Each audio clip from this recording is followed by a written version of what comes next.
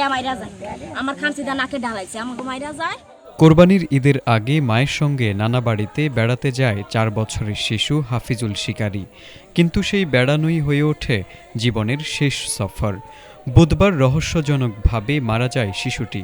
খবর ছড়িয়ে পড়তেই নেমে আসে শোকের ছায়া, কান্নায় ভেঙে পড়েন স্বজনরা। নিহত হাফিজুল শিকারীর বাড়ি শরীয়তপুর সদর উপজেলার ধানুকা এলাকায়। মৃত্যুর পর পুলিশ মরদেহ উদ্ধার করে ময়নাতদন্তের জন্য মাদারীপুর সদর হাসপাতালের মর্গে পাঠায়। ঘটনার প্রকৃত কারণ নিয়ে এখন দেখা দিয়েছে নানা প্রশ্ন। নিহতের বাবা হানিফ শিকারীর দাবি, পারিবারিক বিরোধের জেরেই তার একমাত্র সন্তানকে হত্যা করা হয়েছে। এমনকি মামলা করতে গেলেও পুলিশ তা গ্রহণ করেনি বলেও অভিযোগ তার।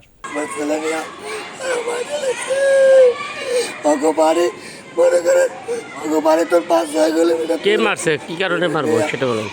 মারছে কি কারণে সেটা তো জানি না স্যার। তো ওর বাপ ভাই বলে কি সেটা আমার খাইব না, এগুলো বলে যে টাকা পয়সা দিয়ে দিতে। ঠিক আছে, আমি বলছি ঠিক আছে, তো টাকা পয়সা আমি দিয়ে দিই, সময় লাগবে, তোরা সব লোকজন নিয়ে আচ্ছা টাকা পয়সা দিয়ে যা। তারপরে তা কইছি ওই জন্য আইতে পারবো না, টাকা পয়সা পাঠাই দিই এগুলো আমি কি সম্ভব, তো টাকা পয়সা নিবি, আমার ছেলে আমাকে দিয়ে যাবি, টাকা পয়সা না সমঝোতার ভিতরে হইব কইছে। আর এই সপ্তাহের ভিতরে আমার বলে রে কি তবে নিহতের বাবার এসব অভিযোগ সম্পূর্ণ অস্বীকার করেছে শিশুটির নানা বাড়ির লোকজন। নাতিরে পরশুদিন গুম করে হালাই আমার কাছে ফোন দেয়নি, অন্য মাসে ফোন দিছে। আমি তুমি ঘরে বয়ে রয়েছ, তোমার নাতি দেখো কোন নদীর ঘাট পানি খাইতেছে, কোন ঘাটের পানি খায়।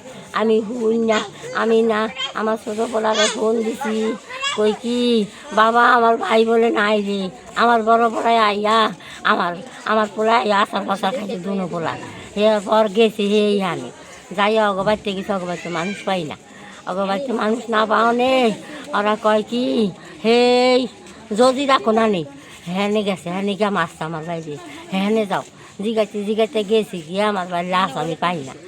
দেখি কি ওরা কয় কি এই যে পাইছি পানি ভিতরে কইয়া আমার দোনো পোলায় পানি ভিতরে নামছে যা পাইয়া, এই হানি গাঙ্গের ভিতরে নামছে, পায় না আমার বাইরে। আমার সে বাড়িতে গেছি, বাড়িতে যায় দেখি বউ, কেউ না কান্দা কাটি নাই, কেউ চোখে পানি নাই, বউ বয়ে রয়েছে মন করিয়া। আমি কে নাতিরা রে, আমার নাতিরে কি করছো, আমার নাতি কই, আমার নাতিরও তো আমি দেখি না, আমার নাতিরে দে, কোনো কথা কয় না। হ্যাঁ নে আসে আমার পোলা পানের মারবো, একজন বেড়ে দিছে মানুষ লিয়া মারবো।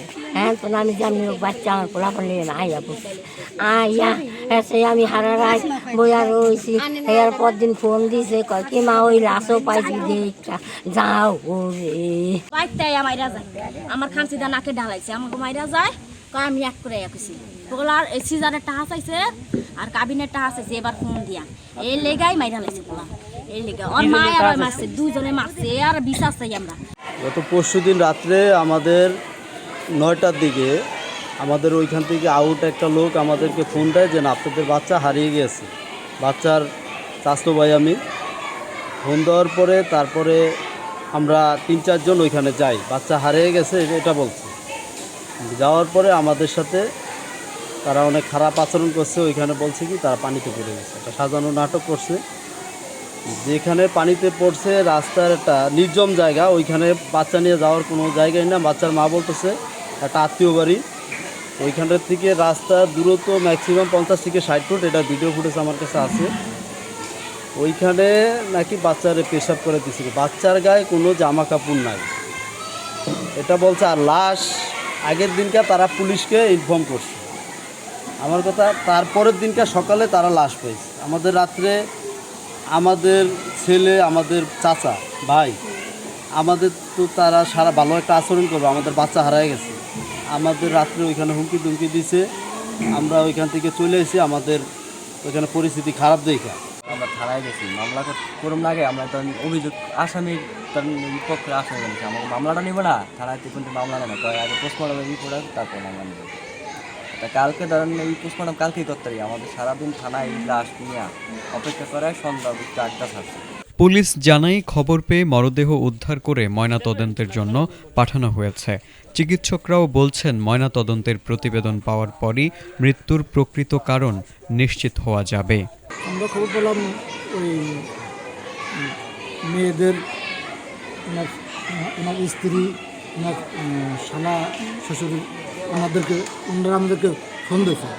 ফোন দেওয়ার পরে আমরা খবর পেয়েছি। খবর পাওয়ার পরে আমরা গেছি, যাই কি অবস্থা পেয়েছেন বাচ্চারা? যে লাশ পানি থেকে উঠেছে। স্রোত হাল করছিলেন? হ্যাঁ, শুরু থাকলে আমাদের স্যারেরা করছে। স্রোত হালে কোনো সিমটম পাওয়া গেছে? এটা স্যারেরা বলতে পারবে। 3 বছর 10 মাসের বাচ্চার পোস্টমর্টম করেছি আমরা, আলামত সংগ্রহ করেছি। আলামত সংগ্রহ করার পরে জানা যাবে আর কি কারণ। Desk report, ATN Bangla.